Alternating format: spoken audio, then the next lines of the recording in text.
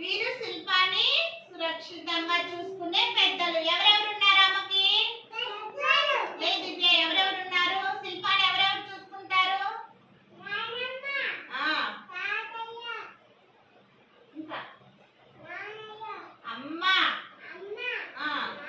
Very good, కూర్చో.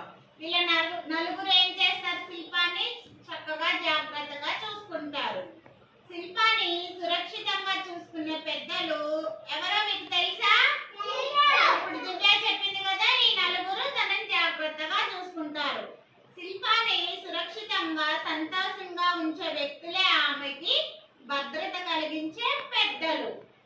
వీరు ఆమెకి ఏ అవసరం వచ్చినా వెంటనే ఏం చేస్తారు?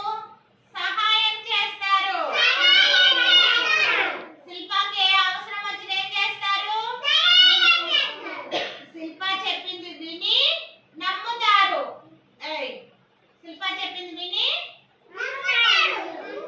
తనను సురక్షితంగా చూసుకునే తన పెద్దల నుండి శిల్ప ఏ రహస్యాలను దాచదన్నమాట. మనల్ని నమ్మినప్పుడు మనం ఏం చేయాలి? ఎలాంటి రహస్యాలు దాచకూడదు.